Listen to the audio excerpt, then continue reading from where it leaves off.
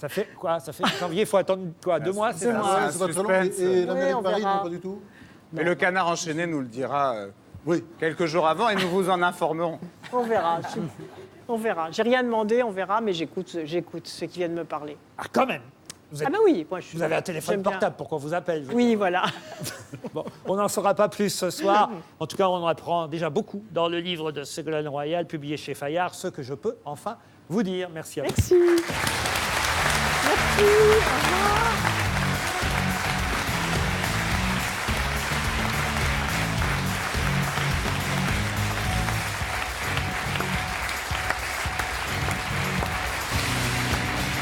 On va parler livre, théâtre,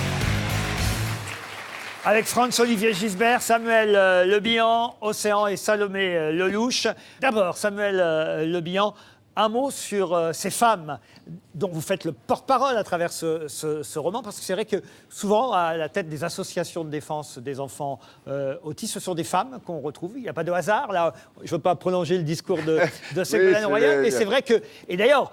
Les hommes, à part peut-être le pâtissier qui est bien sympathique, qui arrive dans la deuxième partie du livre, les hommes ont le mauvais rôle dans Ils évoluent. Ils évoluent, mais enfin quand même, ils sont plutôt, si ce n'est lâches, en tout cas, ils ne veulent pas voir la difficulté.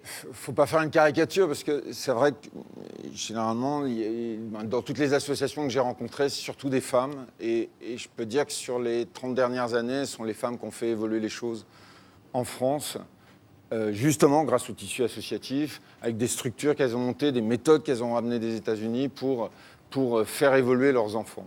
Donc effectivement, je ne cherchais pas à rendre hommage particulièrement, mais il se trouve qu'effectivement ça parle de ces mères guerrières, ces lionnes qui défendent leurs petits et qui n'hésitent pas à sortir des lois, à se mettre... dans les... On peut les citer, il y a Estelle Ast-Verly, par exemple. Oui, qui est montée en haut d'une grue, qui aujourd'hui met en place des applications pour les autistes, qui avait tenu aussi un blog sur l'histoire de son enfant, qui a monté des structures. C'est une femme vraiment admirable. Marina Zolude. Oui, alors c'est plus... Elle s'enchaînait aux grilles du collège de son fils qui venait d'être viré pour être conduit en hôpital psychiatrique alors qu'il était scolarisé, qu'il avait des amis, qu'il était inclus dans ce système scolaire et que ça se passait plutôt pas mal. Il y en a beaucoup d'autres. Sur ce plateau, on se souvient que Francis Perrin, évidemment, était venu parler... qui a vraiment fait avancer les choses. Il a fait avancer les choses, Oui, Francis. vraiment, bien sûr, oui, en se battant pour une méthode qu'on appelle la méthode ABA, qui est une méthode qui vient des États-Unis et qui aujourd'hui est reconnue par la haute autorité de santé en France, qui va le permettre de diminuer son autisme. Vous citez aussi Olivia Catan. Oui, qui dirige SOS Autisme, qui est très, très militante. Chez toutes ces femmes, parce que c'est vrai que, à la fois, c'est intéressant de voir que ce sont des femmes souvent qui dirigent ces mouvements, ces combats, ces associations. Et alors parfois, c'est vrai aussi qu'on se dit, et pardon de dire ça, mais on a l'impression qu'il y a comme une guerre parfois des associations. Est-ce que c'est vrai? Est-ce qu'il y a une lutte? Et pourquoi ces associations-là ne se regroupent pas en un seul combat? Parce que c'est un sujet extrêmement sensible. D'abord, il y a énormément de diversité dans l'autisme. Il y a des enfants qui sont touchés de façon très différente. Certains seront peut-être jamais scolarisables non plus. Donc, quand ils entendent mon discours, peut-être ils se sentent blessés en se disant « mais il raconte n'importe quoi ». Mais c'est un sujet extrêmement douloureux et qui n'a pas bénéficié de la protection du corps médical pendant énormément d'années. C'est-à-dire que on disait que s'il ne parle pas à la mère, c'est qu'il n'a pas envie de lui parler. Alors que ce n'est pas vrai, c'est qu'il ne peut pas. Vous avez culpabilisé la mère. Mais gravement, il ne pouvait pas lui parler. Donc il faut lui apprendre. Mais pendant des années, la psychanalyse a estimé qu'il pouvait soigner les enfants avec des mots, qu'il fallait les séparer des parents. Alors que depuis les années 60, aux États-Unis, on a prouvé que c'est l'inverse.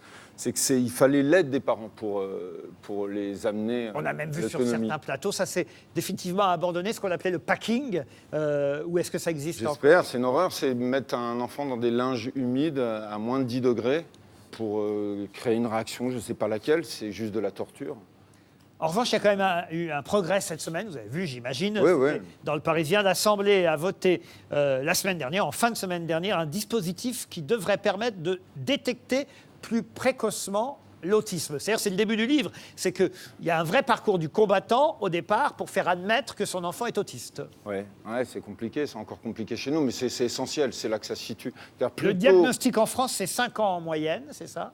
Oui, c'est-à-dire on les diagnostique entre 5 et 7 ans, alors qu'il faudrait le faire entre 2 et 3 ans. Allez, Pour ne pas perdre de temps. Oui, dès qu'on s'aperçoit qu'un enfant ne capte pas le langage, ne regarde pas dans les yeux, ne pointe pas du doigt, c'est des signes qui demandent d'avoir au moins un diagnostic. Je veux dire, on a quand même un gouvernement qui avance vraiment sur le sujet. Donc c'est le moment de faire les choses, de se saisir. Là, c'est une stratégie nationale qu'ils ont mis en place. Et il faut profiter de cet élan pour faire bouger les lignes. Et rattraper 30 ans de retard. Donc ça ne se fera pas du jour au lendemain, mais ça se fera. On progresse doucement. Un bonheur que je ne souhaite à personne, parce qu'il y a des moments de bonheur dans ce livre, Bien sûr, à travers ce combat-là. Vous l'avez lu, Charles Consigny? Bien sûr, je l'ai lu. Et j'avoue, je vous dis très franchement, j'y allais un peu avec des pieds de plomb parce que je me méfie toujours des premiers romans des gens qui sont déjà célèbres. Donc j'y allais, voilà. Et en fait, je trouve que c'est un livre réussi parce que d'abord, ce personnage est réussi de cette mère. Elle se dessine, elle existe. Elle existe dans notre imaginaire. On voit cette femme tenir à bout de bras ses deux petits-enfants, sa vie, son travail, etc. Et laissant même de côté sa vie personnelle pendant un long moment. Et on reconnaît sans doute toutes ces mères courage qui, même quand elles n'ont pas d'enfants autistes, mais par exemple quand elles ont plusieurs enfants, plus un travail, plus un ex-mari emmerdant, parfois elles doivent jongler avec un quotidien très difficile.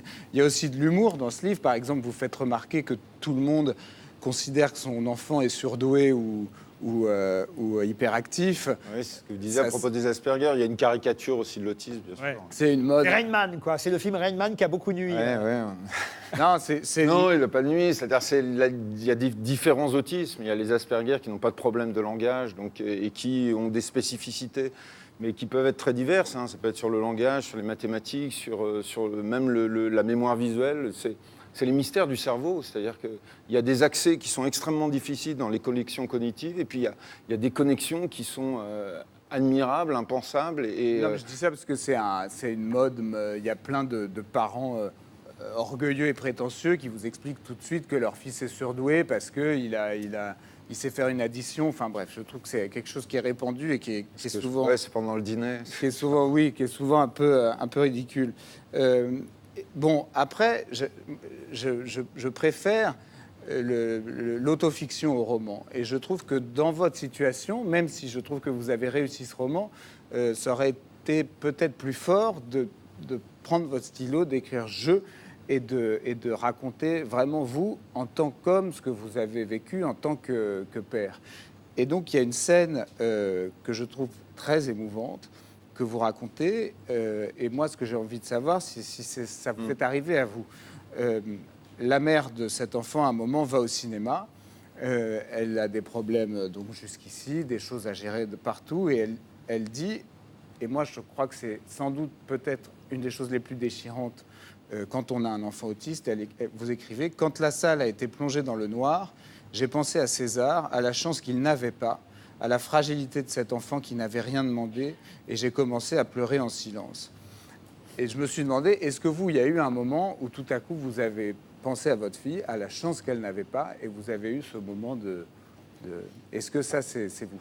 Cette scène, je l'ai vécue, je joue au théâtre, en fait. Et ces moments dans le noir, c'était avant de rentrer en scène, et cette magie du moment où on est sur scène, où tout disparaît. Et dès que je revenais en coulisses, je craquais complètement et j'étais vraiment obligé de m'isoler. Je restais dans cette solitude du noir. Et à quoi vous pensiez? À l'injustice. À l'injustice et à la fragilité de l'existence. Et au cri déchirant de sa mère qui, quand on était sortis, on a vu une espèce de premier diagnostic et qui nous avait dit qu'elle était autiste, et dans la rue, j'ai repris ça chez Laura, elle avait presque crié, ma fille n'ira jamais dans un hôpital psychiatrique. C'est fort ce que vous dites, parce que Ça veut dire que le métier que vous avez choisi, c'est-à-dire d'être sur scène, c'est aussi un moment, le temps du spectacle, où vous, de toute façon, vous ne pouvez pas et vous ne devez pas penser au reste. Et donc, mais vous ne saviez pas, en choisissant ce métier, que vous alliez avoir à affronter quelque chose comme ça. Je sais pas si c'est ça. En fait, c'est aussi, ça vous oblige aussi à vous dépasser. Ça vous oblige à aller puiser le meilleur de vous-même. C'est aussi ce que cet enfant m'apprend sur moi. Il m'apprend qui je suis, ce que je vaux et ce que je suis capable aussi d'aller chercher. Et comme on n'est pas tous égaux face à cette blessure, parce qu'on le reçoit, c'est beaucoup de tristesse. Il faut être capable de l'encaisser au début. Et c'est pour ça que beaucoup de pères, peut-être, sont pas forcément adaptés. Enfin, c'est le personnage d'Éric qui lui, va fuir, mais pas parce qu'il y a une forme de lâcheté, mais parce qu'il n'est pas capable d'affronter cette tristesse. Et Laura va l'amener, elle va l'amener doucement à ouvrir la porte et à rencontrer son fils. C'est d'ailleurs à moi, alors un moment où j'ai vraiment eu les larmes aux yeux, c'est quand le père, devant les journalistes, on est à la fin du roman, mais tant pis, je ne veux pas spoiler, mais quand même, c'est un moment tellement émouvant quand le père, enfin, alors que la mère est en train de se battre sur un toit avec un mégaphone pour obtenir un auxiliaire de vie scolaire, le père, devant les journalistes, dit « Ça fait 5 ans que je vois la mère de mon fils se battre comme une lionne pour lui obtenir, au prix d'efforts désespérés, ce que l'État devrait offrir naturellement. Ce n'est pas juste, elle y a tout sacrifié. Croyez-moi, si elle est montée en haut de cet immeuble, si aujourd'hui elle prend tous ces risques, c'est qu'elle a une bonne raison. » Et c'est un moment magnifique parce que c'est le moment où l'homme rejoint la femme. Je voulais maintenir un espèce de suspense. Sa parole va être extrêmement importante vis-à-vis des médias et ensuite, évidemment, peut-être de la loi. Elle affronte le ministère de l'Éducation nationale et elle est assez émouvante dans son combat. Il faut savoir qu'en Italie, 100% des enfants autistes sont scolarisés. C'est pas un délire, c'est pas une demande dingue. Hein. En Angleterre, c'est 80%. Donc, et en France, on en a combien, vous avez dit ? 20-30%. Donc il y a un vrai gros travail. Oui, il y a un travail d'inclusion à faire. C'est 1% de la population, les autistes. 1%. Gisbert, et puis après l'un et l'autre encore. Il y a un scandale, de toute façon, qui est particulier à la France. C'est le traitement des autistes, vous l'avez dit, 20%, c'est quand même une honte. Et c'est aussi le traitement des handicapés. On est dans une société extrêmement compétitive où on masque la maladie, la mort, la vieillesse. Avant, on était en rapport direct avec tout ça. Et en fait, on perd énormément parce que le bonheur se construit aussi avec cette sensation de fragilité de l'existence. Et donc, on a besoin d'être au contact. Mais c'est extrêmement enrichissant. Je veux dire, ma fille qui est à l'école, c'est extrêmement enrichissant pour les autres enfants. Ils comprennent la différence, ils savent ce que c'est. Et ça en fait aussi des gens plus tolérants plus tard. Ouais, mais quelle belle leçon de vie quand on pense que ce livre se termine par « C'est cela, ma vraie histoire, d'avoir enfin appris à être heureuse Ouais. ». C'est ça, c'est heureuse parce que c'est la narratrice, évidemment. Ça va être sa quête. Mais c'est un livre optimiste. Extrêmement, oui. Extrêmement. C'est une quête de bonheur, c'est la volonté et puis c'est une femme, elle veut rencontrer quelqu'un, elle veut être heureuse, elle veut aussi sa part de bonheur. Vous y ajoutez quelque chose ? C'est-à-dire, il y a aussi une chose qui semble très importante pour vous et que je comprends, on est obligé de la comprendre. Vous parlez beaucoup de l'importance de la virilité et notamment dans cet aspect qui est protéger sa famille. Et donc, je me demandais pour vous, dans votre propre vie, quand cette famille se compose comme elle arrive, là, comme elle sera composée, quelle tonalité ça prend protéger sa famille, d'une part, et ensuite, puisque vous dites aussi que la plupart des parents qui se retrouvent dans une situation comme ça, très souvent, se séparent. Et alors pourquoi ? Ça les met à l'épreuve, sûrement. C'est que... je ne pourrais pas l'expliquer comme ça en une phrase. C'est peut-être pour ça que c'est devenu un livre. C'est tout un parcours, c'est plein de détails. C'est assez incompréhensible, c'est-à-dire qu'on découvre les choses et on apprend la différence de façon empirique. Donc, en tout cas, si on parle de virilité, en tout cas, c'est la notion de courage, je pense. La solitude, l'incompréhension, l'enfer administratif, le parcours du combattant pour... alors moi, je ne l'ai pas vécu à ce point-là, puisque j'estime être un peu privilégié, mais le parcours du combattant alors pour beaucoup de parents, pour arriver jusqu'au diagnostic, ensuite pour trouver une structure, pour trouver des éducateurs, pour ensuite avoir peut-être une chance d'aller à l'école. Et ça, c'est un parcours qui est fragilisé en permanence et qui est absolument très injuste selon les régions dans lesquelles on vit. Moi, je suis parisien, c'est déjà beaucoup plus facile qu'en province. Si on vit dans le Jura, quoi.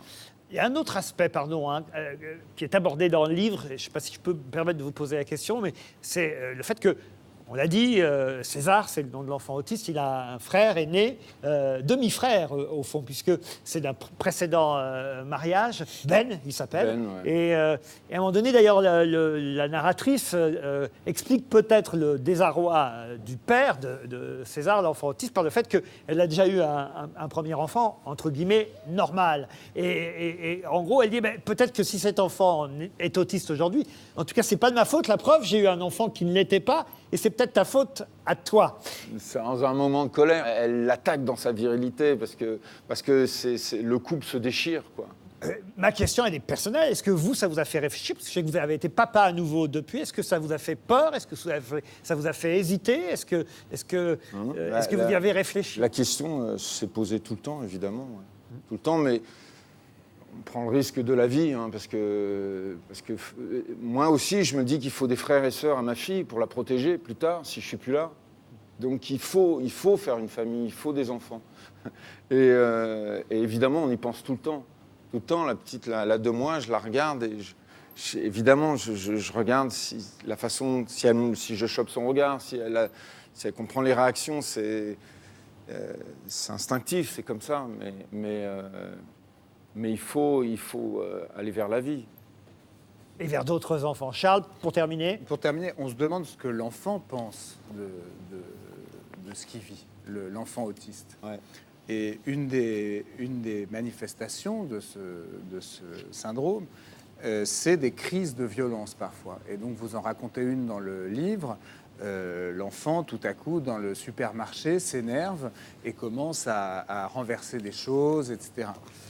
Et vous écrivez à la fin de cette anecdote, « Il me livre d'un bloc toute sa souffrance, celle de ne pas être comme les autres, car je sais qu'il n'est pas dupe.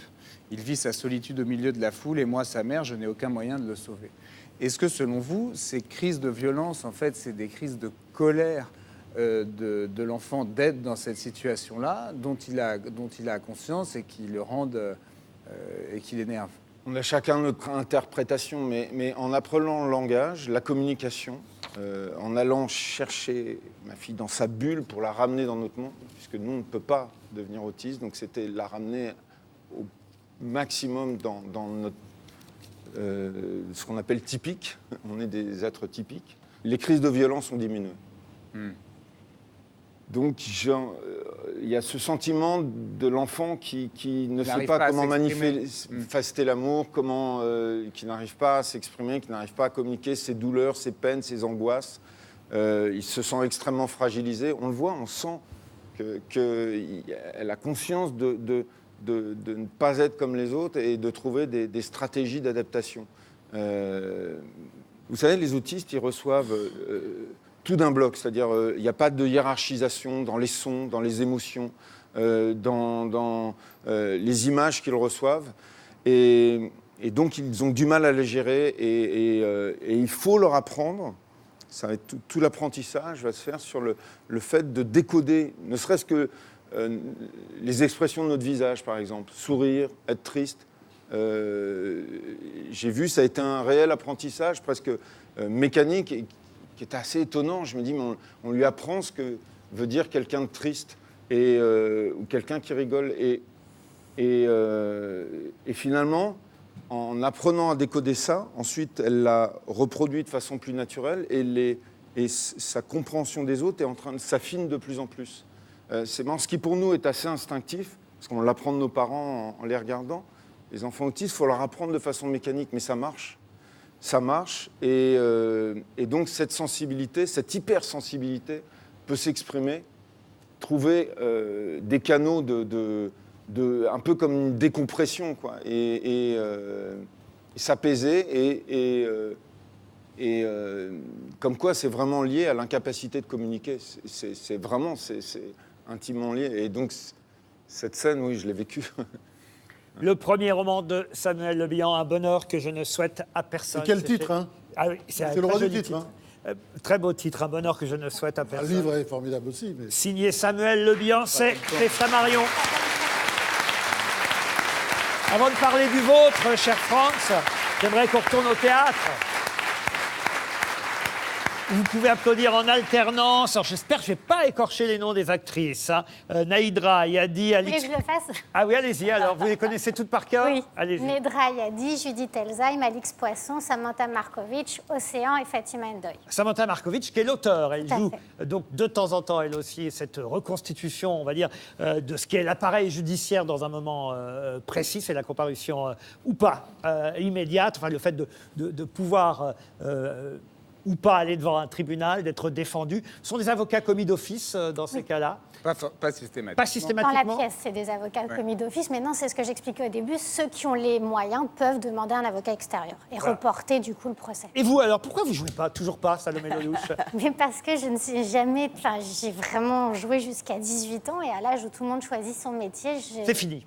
et voilà. Donc maintenant, on va vous présenter comme metteur en scène, auteur aussi, et évidemment directrice de théâtre, puisqu'on en a parlé tout à l'heure. Il y aura le théâtre Le Pic qui va s'ouvrir.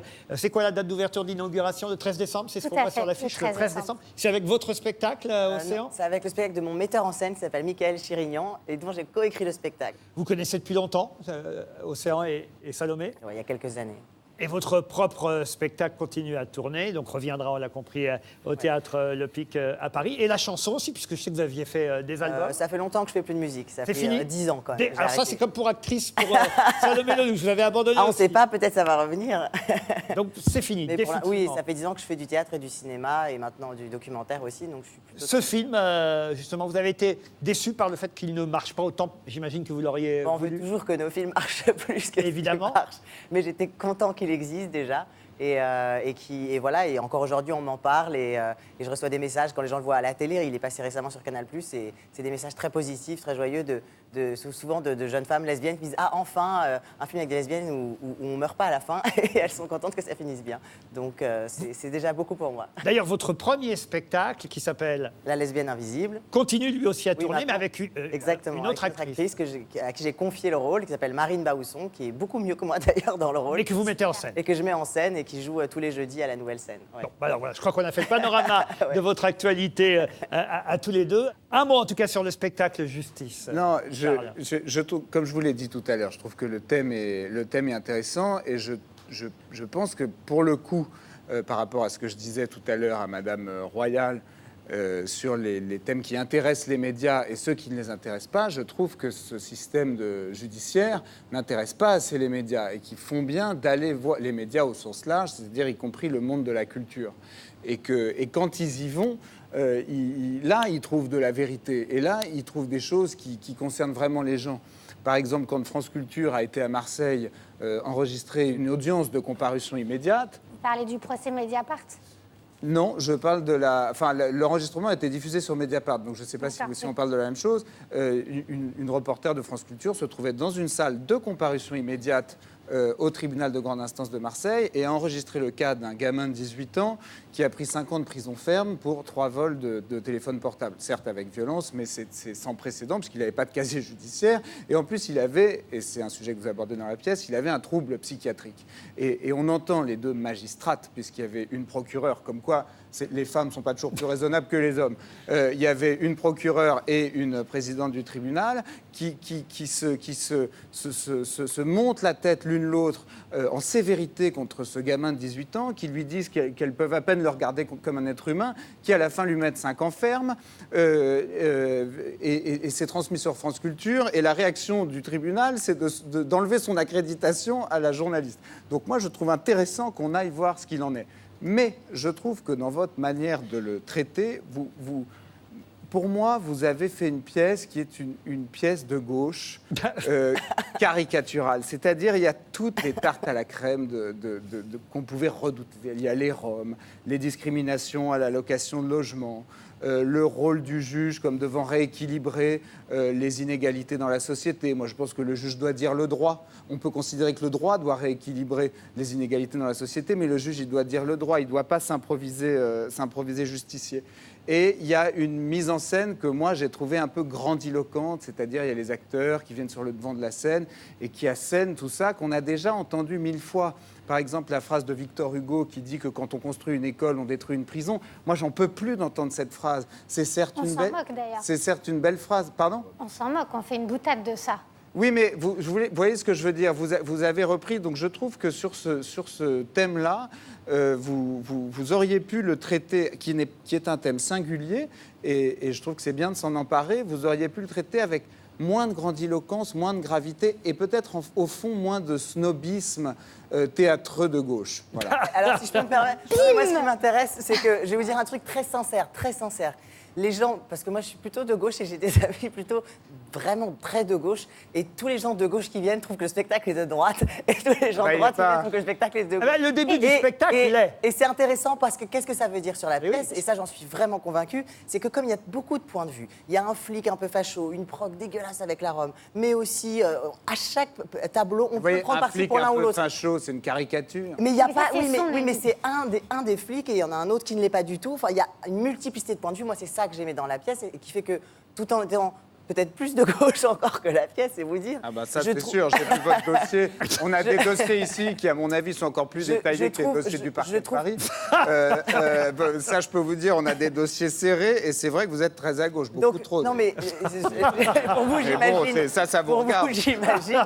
Mais c'est juste pour vous dire que malgré tout, je trouve que cette pièce, et c'est ça que j'aime dans cette pièce, c'est que tout le monde peut se faire sa propre opinion et qu'il n'y a rien où on nous dit comment penser. La preuve, vous la trouvez trop de gauche, d'autres la trouvent trop de droite, ce qui est quand même assez drôle. Salomé et puis Christine Angot. Juste répondre 2 secondes, parce qu'on a des actrices de gauche, mais de droite, donc ça a été passionnant pendant les répétitions. Et je tiens à dire que je pense que le théâtre ne doit pas être militant. Il peut être politique, mais pas militant. Donc on n'a vraiment pas voulu faire une pièce militante, ni pour, ni contre l'enfermement. Ce qui m'a plu dans le texte de Samantha Markovitch, c'est elle fait entendre toutes ses voix. Et moi encore aujourd'hui, quand je regarde le spectacle, il est différent avec chaque distribution. Il ne raconte même pas la même chose en fonction de l'interprétation. C'est vous dire si un même texte vient dire l'inverse de ce qu'il a l'air de dire en fonction de comment il est interprété, si c'est par des actrices de droite ou de gauche. Moi, j'étais sur un soir grandiloquent. Vous étiez sur un soir très à gauche. Grandiloquent, de gauche. dramatique. Mais- On avait pris les actrices de gauche spécialement pour vous. Oui, ça. c'était un coup monté, en fait. Ce que j'ai essayé de garder, c'est ce moment que j'avais eu à la lecture du texte, c'est-à-dire me dire, alors que je ne suis pas d'accord avec quelqu'un qui parle, ah merde, il n'a pas tort. Ah non, mais l'autre, il dit l'opposé, mais en fait, je comprends ce qu'il veut dire. Moi, c'est quelque chose qui m'a énormément touchée, quand bien même c'est un petit peu bobo de gauche. Christine Angot. Non, mais c'est surtout comme un reportage un peu en immersion, en fait. Ça s'inspire un petit peu, enfin j'ai vu ça en tout cas, des films qu'a fait Depardon sur ce sujet-là. Et donc par le moment, le jeu souligne un peu des aspects comiques, mais pas tellement. Il y a une espèce de neutralité quand même dans le jeu. C'est pas forcé, il n'y a pas de jugement en fait. Il n'y a pas de... Voilà, c'est juste le jeu comme ça. Mais il y a une chose en revanche qui raconte beaucoup de choses et qui est le seul vrai commentaire sur tout ça, c'est la scénographie qui reprend, donc c'est tout un tas de papiers. On peut voir les images, c'est très joli et très réussi.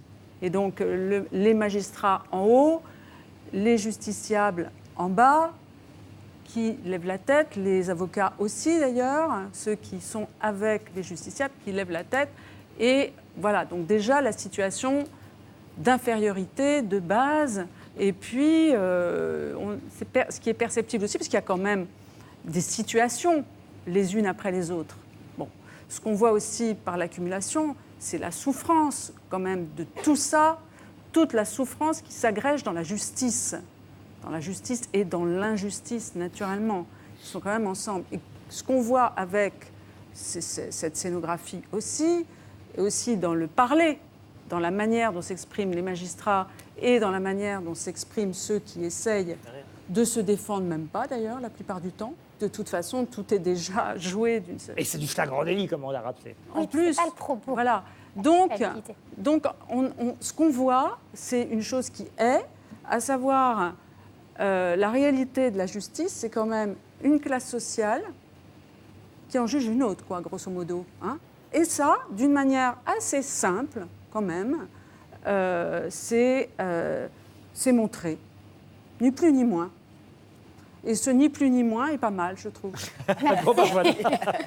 Ça se termine plutôt bien pour Justice au Théâtre de l'Œuvre. C'est à 21h tous les soirs, du mardi au samedi.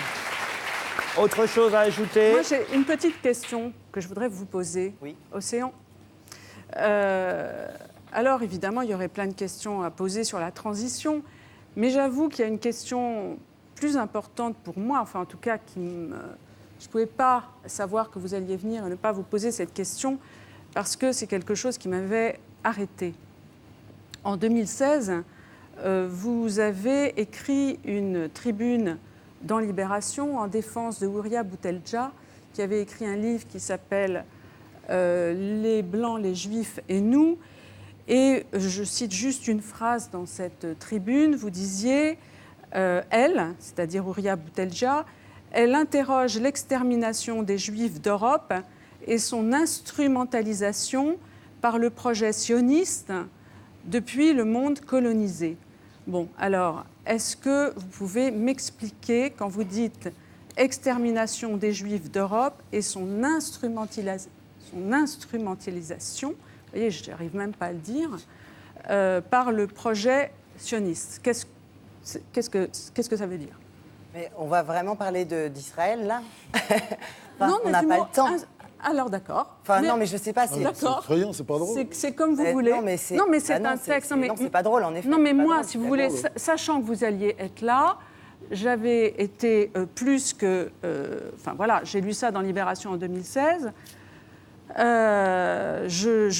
le cœur qui bat, vous voyez, là, rien que de le relire, moi. Et donc, je voulais vous demander, extermination des Juifs d'Europe et son instrumentalisation par le projet sioniste depuis le monde colonisé, vous pouvez pas... Vous vous souvenez pas, vous savez pas pourquoi vous utilisez ce mot, instrumentalisation. Vous voulez un avocat? Non, mais vous pouvez vous excuser. Parce que là, c'est une comparution immédiate. Cette phrase pour le est coup. indéfendable. Vous pouvez la tourner dans tous les sens, elle est dégueulasse. Donc, vous pouvez vous excuser. Moi, je pense que c'est ce que je fais à votre place. Parce que de temps en temps, on dit des conneries. Ça, c'est une énorme connerie.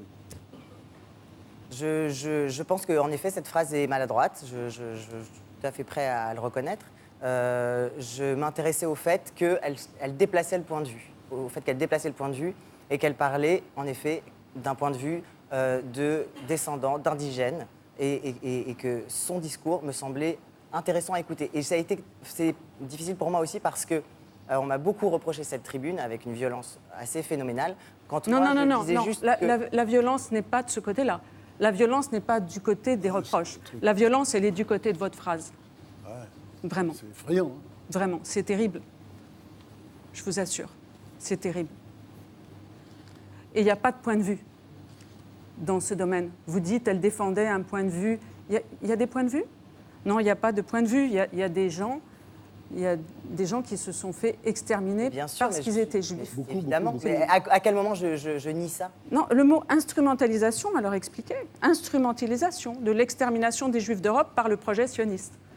Bah, Les victimes ont donc instrumentalisé mais le pas du crime, tout. la Shoah. Bah, c'est mais ça. pas du tout les victimes. Parce que on parle de comment l'État d'Israël fait subir une violence aux Palestiniens. Moi, c'est de ça dont je parle. Et parce qu'il y a eu la Shoah, qui est évidemment... Enfin, je ne vais même pas me justifier. C'est vrai que ça va être un vaste débat. Là, si on Non, mais alors là, je suis un peu décontenancée parce que... Oui, mais imaginez comment on est agressé. On est plus que décontenancé, on est agressé quand on lit un truc. Quand on entend une Moi, phrase je ne comme ça, on pouvais tremble, pas on savoir. tremble, Voilà, on on tremble. tremble. Moi, je tremble. C'est Moi comme ça, aussi. tout de suite, je tremble. Moi aussi.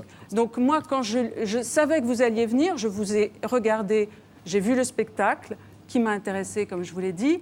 Je me suis dit, non, j'ai reçu ce que vous avez envoyé disant comment on pouvait s'adresser à vous par rapport à la transition. Moi, il y a plein de questions très intéressantes par rapport à la transition que j'aurais sûrement eu envie de vous poser, mais je me suis souvenue de cette tribune Et je me suis dit non, je ne vais pas faire homme, femme, transition, cisgenre et tout ça. Non, je vais parler d'une chose grave.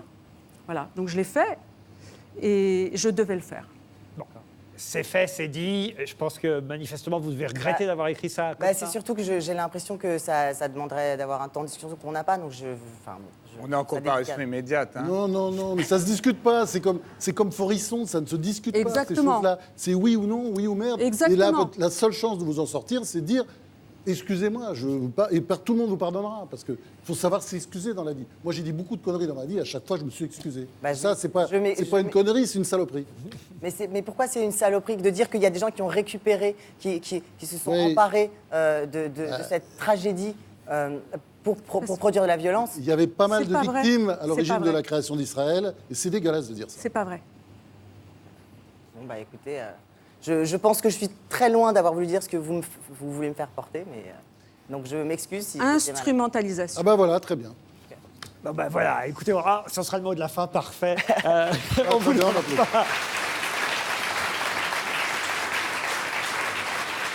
On revient au livre de Franz-Olivier Gisbert. Je montre celui de Samuel Le Bihan. Bon, c'est pas mal aussi, vous me direz, mais enfin quand même. C'est des livres qui se répondent. Oui, au fond, c'est vrai, bien sûr, parce que Dieu est partout. Vous appelez ça, c'est le nom qu'on donne, mais j'aimerais votre définition exacte, le panthéisme. Et on n'a pas parlé en début d'émission. Qu'est-ce que c'est qu'être panthéiste, C'est la Franz-Olivier définition Gisbert? de Spinoza qui reste la meilleure. C'est de Dieu, c'est-à-dire la nature, c'est-à-dire le Dieu, c'est le grand tout, c'est nous tous. Et puis ce sont les étoiles, le cosmos, enfin, c'est une définition très large. Et moi, j'écris ce livre, c'est très simple, j'étais sur un énorme projet. Puis à un moment donné, j'ai eu envie de tout arrêter, de dire ça. Et je ne sais pas comment c'est arrivé, je ne savais pas où j'allais. Et j'avais envie de dire ça parce que j'arrive à l'âge aussi, 70 ans approche, c'est pas très vite. Et on a envie de transmettre, non pas ce qu'on a appris soi, parce que il faut être modeste, ce que les autres vous ont appris, à commencer par ma mère, qui a joué un rôle important dans ma vie, parce que je n'aurais pas cette force aussi que je crois avoir s'il n'y avait pas eu ma mère. Parce qu'en fait, je traverse aussi des tas de galères comme tout le monde, surtout à un certain âge, les petits cancers comme ça qui arrivent et les répliques, les avis qui calanchent, les proches, enfin, etc. Donc, puis les dépressions aussi, chacun, on a de temps en temps sa petite dépression. Et je ne sais pas pourquoi je m'en sors, toujours. Et j'avais envie de dire, voilà, de m'adresser aux autres, aux lecteurs, à mes proches. J'ai des proches en dépression régulièrement, j'y arrive pas, je comprends pas. Et j'avais envie de leur adresser, de leur dire voilà comment on peut faire, voilà comment on peut avoir une belle vie. Je sais pas, je ne comprends pas, je pense que c'est ma mère. Pourquoi je me lève toujours du pied droit chaque matin, pourquoi j'ai ce sourire stupide, un peu niais en permanence. Parce que tout va bien, même quand tout va mal. Voilà. Et ça, j'avais envie de faire ça, de l'expliquer. Je suis complètement dans la transmission. Bon, alors écoutez, c'est vrai que quand on le lit, on a envie de penser comme vous et de se dire, il faut profiter de la vie, il faut marcher, ça vous le rappelez quasiment à chaque livre, apprécier la nature, les animaux, ce qui nous entoure, et Dieu, c'est ça, et pas forcément, évidemment, ceux qui veulent le représenter. Voilà. Je crois en Dieu, malgré le souverain pontife, au sourire mou, satisfait, franciscain comme je suis pape, la panse farcie de bœuf en rôti en salade ou mijotée au vin rouge, ses plats préférés. Oui. Là, la description du pape actuel. Il mange beaucoup de viande parce qu'il est argentin. Oui. Peut-être parce qu'il est argentin, mais c'est vrai, c'est un grand amateur de viande. Et vous citez moi, aussi je suis un peu végétarien. Très jolie épitaphe de votre ami l'écrivain Michel Tournier. Et là, ça vous résume bien aussi cette épitaphe. Quelques années avant de mourir, mon ami l'écrivain Michel Tournier m'avait montré la modeste tombe qu'il avait conçue et qui attendait son cadavre dans le cimetière qui jouxtait l'ancien presbytère de Choiseul. Et il était très fier de l'épitaphe qu'il allait faire graver sur cette tombe. Je t'ai adoré, tu me l'as rendu au centuple. Merci la vie. Eh oui, c'est un beau titre, ça. Vous voulez aussi faire écrire ça sur votre Ah tombe? bah oui, moi aussi, alors volontiers. Parce que c'est merveilleux, il était très fier de ça. Il le montrait d'ailleurs assez régulièrement, j'ai vu plusieurs fois. Et à la fin, vous voyez, c'est ça les écrivains d'aujourd'hui. Il n'y avait pas grand monde à son enterrement. Enfin, il n'y avait pas de personnalité officielle, il y avait juste plein de gens, tous les amis du coin. Je plains les athées, les ricaneurs, les salisseurs de la foi. Ils ne savent pas ce qu'ils ratent. Ils se gâchent la vie et même la mort. Affreux sont leurs enterrements civils. Vous êtes contre les enterrements civils? Rien de pire. Non, il faut un petit coup de... Il faut un peu de musique, il faut un peu de recueillement. Affreux sont leurs enterrements civils, ou bien ils nous infligent depuis leur cercueil la litanie des hommages pathétiques de leurs proches qui, en les évoquant, s'arrangent pour ne parler que d'eux, ou bien ils sont mis en terre au fond du cimetière, sans fleurs ni paroles, comme les vieux chats au fond du jardin. Parce que j'arrive à un âge où on va quand même assez souvent aux enterrements, c'est une épreuve. Hein. C'est une épreuve, c'est de plus en plus dur d'ailleurs. Christine Angot, qui n'a pas parlé en début d'émission, sur le livre de Gisbert, et ensuite à nouveau Charles. Oui, parce que l'histoire de sa foi en Dieu, au fond, c'est forcément, ça recoupe forcément l'histoire de son enfance. Ah oui, c'est clair. Pour beaucoup d'entre nous, pour vous, dans le livre, mais pour beaucoup d'entre nous. Et le ciel, il est au ciel. Donc, et tout ça s'est posé dès le début du livre. Et puis, il y a un moment, on glisse de cette question de Dieu à la question de la nature, du vivant, et très vite des animaux. Et moi, il y a une histoire, enfin quelque chose qui m'a frappée, que j'ai mise en relation entre la foi en Dieu et cette histoire d'animaux et de ne pas manger de viande. C'est cette... mais je ne crois pas que vous le racontez dans ce livre-là, mais je l'ai vu ailleurs. C'est par rapport à cet autre livre qui s'appelle L'Américain, qui est un roman inspiré de l'histoire de votre père. Oui, c'est un récit même. Là, que vous décrivez comme un homme très violent, qui donnait des coups. Bon. À ma mère. Beaucoup. À votre mère. Moi aussi, parce que je défendais ma mère. Voilà. À ma mère. Et quand Franz-Olivier Gisbert avait 7 ans, il y avait une petite chèvre qui a mis bas 2 chevreaux, un mâle et une femelle. Exactement. Et le mâle s'appelait... Camille et Perdican. Perdican. C'était Perdican. Et le père a dit, le père violent de Franz-Olivier Gisbert a dit, bon, il faut faire quelque chose. Il aimait les bêtes, attention. Hein.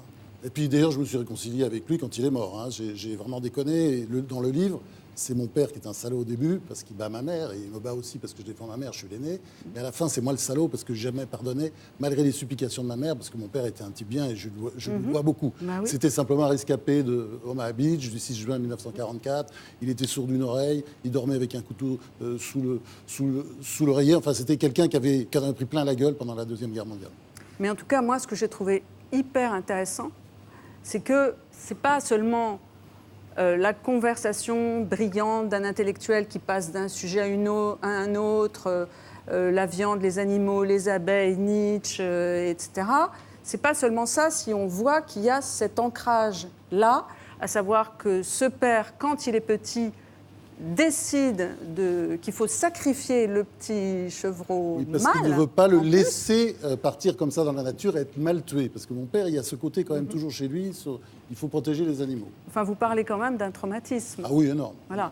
Et que donc toute l'histoire peut se raconter comme ça, y compris quand vous dites, quand vous parlez de vous comme journaliste, et que vous dites que vous ne supportez pas qu'on mette quelqu'un à l'index, que vous ne... Je supporte pas. Voilà. Il l'a montré avec Mélenchon tout à l'heure. Il Voilà. arrive à prendre la défense de Mélenchon. Mais, Voilà. mais j'ai pas les mêmes idées de Mélenchon, c'est évident, c'est même le contraire. Et puis je juge mal son comportement, par exemple. Mais franchement, on peut pas supporter ça. Et c'est ça la vie aujourd'hui. Moi, en fait, ce qui me débecte, c'est le bashing, le cynisme. Et moi, je pense que c'est très important d'avoir des valeurs. Et comme vous le dites, moi, c'est ces valeurs que j'essaye d'exposer dans ce livre. Ce sont pas des valeurs nouvelles, parce que comme vous l'avez bien dit, je pense que c'est à l'âge de 7 ans, ou peut-être même avant d'ailleurs. Et puis peu à peu, ça s'est construit. Ça s'est construit à travers beaucoup de lectures, comme le disait notre ami tout à l'heure. Beaucoup de lectures, beaucoup de recherches, beaucoup de voyages aussi. Et puis aussi à travers les autres, parce que j'aime bien chez Jean d'Ormesson, vous savez, quand il faisait ces exercices d'admiration. Moi, j'ai toujours eu besoin d'admirer, et il y a énormément de gens qui m'ont beaucoup apporté. D'ailleurs, je cite dans ce livre, que ce soit Julien Green ou Michel Tournier dont vous parlez, et plein d'autres. Et puis ma mère, bien entendu. Consigny. Et puis un choix que vous faites à un moment. Oui, bien sûr. Océan a peut-être été un peu bâché à l'instant. Je veux dire qu'on n'aime pas le bashing, Non, mais... non, parce que j'ai applaudi quand il a regretté, quand il s'est excusé, j'ai applaudi. C'était Je un pense peu que c'est ce qu'on doit faire, mais bon. Moi, ce que j'aime bien chez Franz-Olivier, je pense que la vérité des écrivains est dans leurs livres. Et les gens qui écrivent, je crois que c'est dans leurs livres qu'ils mettent qui ils sont vraiment. Bah oui. Et Franz-Olivier Gisbert, qui est un personnage complexe, qui jusqu'à avoir fait l'objet d'une biographie assez jeune, Il y en aura d'autres. il se donne des airs de journaliste proche du pouvoir, qui gravitent dans divers... Vous parlez de la biographie de la journaliste du Monde Oui. Que j'ai lue, moi, qui est sortie il y a 1 ou 2 ans à peine. Voilà, Ouais, mais ouais. c'est jeune pour avoir une biographie, je trouve. Oh, bah jeune, enfin, c'est ce- pas un de perdre ce de l'année non volume. plus, Gisbert, quand même. Non, mais il est d'une C'est pour ça que j'ai- Là, c'est pour je ça que viens. j'étais surpris. Je me disais, bon, on n'a pas lu la même, mais... Oui, mais il y a déjà quelques années, j'étais peut-être un peu plus jeune. Ah, moi, je la conseille, hein, cette biographie, parce que contrairement à ce que vous pouvez imaginer, Franz, parce que je ne suis pas sûr que vous la validiez, cette biographie, moi, quand je l'ai lue, mais je vous ai adoré plus encore. Parce que le personnage que décrit cette journaliste, un personnage absolument romanesque, fantasque, et au fond, comme le don Juan du pouvoir, on l'aime à travers cette biographie. Vous êtes d'accord avec ça, Constance ? Oui, mais ce que je veux dire, c'est que moi, j'adorais par exemple les livres politiques de Franz-Olivier Gisbert. Si je peux me permettre une petite pique, j'aimais beaucoup comment Franz-Olivier Gisbert a fait croire à plusieurs présidents successifs qu'il était leur copain et leur confident pour les exécuter à la fin de leur ils sont mandat pas tous exécutés, dans c'est des pas livres. Non, mais un peu Non, quand j'ai même. toujours eu beaucoup. Mais Non, non, non, non. c'est le Non, métier, non, non, c'est non, le non. métier qui veut Non, ça. non, ce n'est pas le métier. Parce que c'est vrai que j'étais proche d'eux à un moment donné. C'est vrai que je pouvais donner le sentiment d'être frères, mais eux-mêmes n'ont pas toujours eu ce sentiment. Je suis désolé. Mes relations avec Mitterrand à la fin de sa vie, mais c'était incroyable. J'étais sa meilleure copine. Il m'appelait tout le temps pour que des jeunes en Oui, mais vitesse. Chirac, Et les tu as relations écrit avec la Chirac, tragédie eh du ben oui, les président. relations avec Chirac, c'est C'était exactement terrible. la même Sarko, chose. Non, non, mais c'était attends, terrible aussi. Sarko, c'était terrible du début à la fin. De toute façon, c'est une erreur Oui, de mais l'histoire. tu lui faisais un peu Il aura- croire que ouais, t'étais mais c'est une son erreur de copain. l'histoire. Il est passé à toute Bah, vitesse. c'est pas vrai. Non, non, non, il a C'était jamais un cru. très bon Il a jamais président. cru. Mais On le salue ce soir, Jacques sinon, Chirac, bravo. par exemple, je l'ai rencontré plusieurs fois après le livre. Il était adorable. Parce qu'au fond, si tu veux, moi, c'est vrai que je reconnais que je peux être cruel, mais j'essaie d'être juste. En fait, Franz-Olivier Gisbert, que donc j'ai croisé régulièrement, à chaque fois me disait « Non mais moi, la politique, j'en ai marre. Tout ce qui m'intéresse, c'est d'être sous mes oliviers. Bah, c'est pas un Il y a que livre, mes oliviers c'est qui pas un livre m'intéressent, politique, et ça. » Et donc, c'est ce que J'écris pas un livre politique en c'est ce ce moment. que C'est ce que je vois dans ce livre, c'est que Franz-Olivier Gisbert est un disciple sincère de Sénèque et de Marc Aurèle, c'est-à-dire quelqu'un qui essaye de vivre chaque jour comme si c'était le dernier. Hâte-toi de vivre et vis chaque jour comme si c'était une vie en soi. Sénèque. Et donc, je voudrais dire un paragraphe du livre, et je terminerai mon mot par là, sur Franz-Olivier Gisbert. À mon avis, ça, c'est lui. Il écrit « Souvent, je pleure, non pas de chagrin, mais d'amour. Ça peut m'arriver n'importe où, n'importe quand, en écoutant de la musique, en marchant dans le vent ou en regardant un paysage, un visage, une herbe qui danse, une vague mourir sur le sable. Je sens un souffle et je fonds en larmes, c'est le signe. Longtemps j'ai cru qu'il m'annonçait que j'étais en communion avec les éléments. En fait, c'est Dieu qui m'emmène en lui. Dieu, c'est-à-dire la faune, la flore, l'amour, le cosmos. Pour moi, c'est ça le vrai Franz et pas l'exécuteur du président. Le Franz qui est complètement barré, c'est ça que Oui, tu veux dire? Oui, c'est oui. ça. Et le Franz poète aussi. Hein. Vous publiez 1 ou 2 poèmes. Des vieux poèmes, j'ai Ah, trouvé. ça, j'ignorais que vous faisiez, que vous versifiez oui, oui. ainsi. Alors, des poèmes un peu, c'est sans sourire. Hein, Oui, Non, absolument. Ah bah oui, enfin, c'est même... c'est moins rigolo que sans sourire, mais c'est joli quand même. Je peux en lire un? Merci, allez-y. je Vous vous en avez prie. 20 ans, j'imagine. Je quand vous rougis un l'écrivez. peu de honte, mais c'est pas grave. Vous dites un poème écrit il y a une 50aine d'années, donc j'imagine que vous aviez la vingtaine. Il y avait la date dessus. donc. Tout l'amour du monde.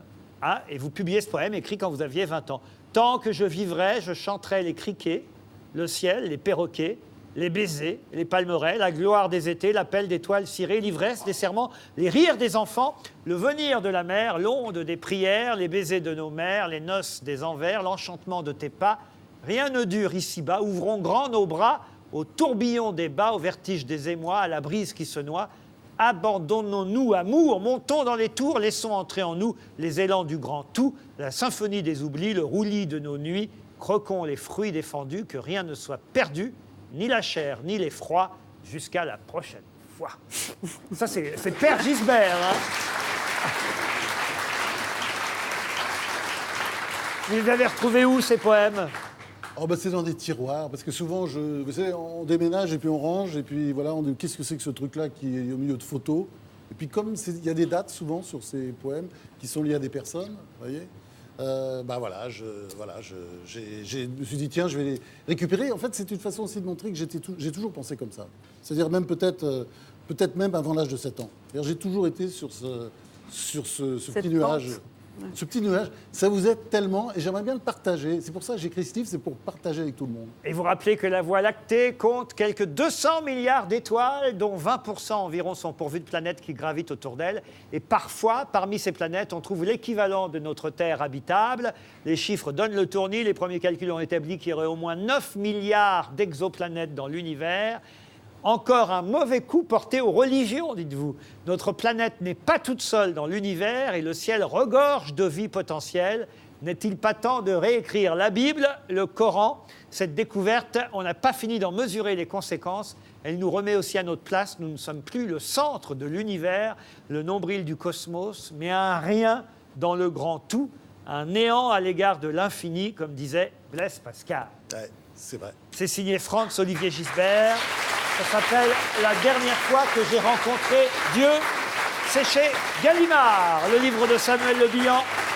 Un bonheur que je ne souhaite à personne. C'est chez Flammarion. Le spectacle Justice se joue au Théâtre de l'Œuvre tous les soirs à 21h.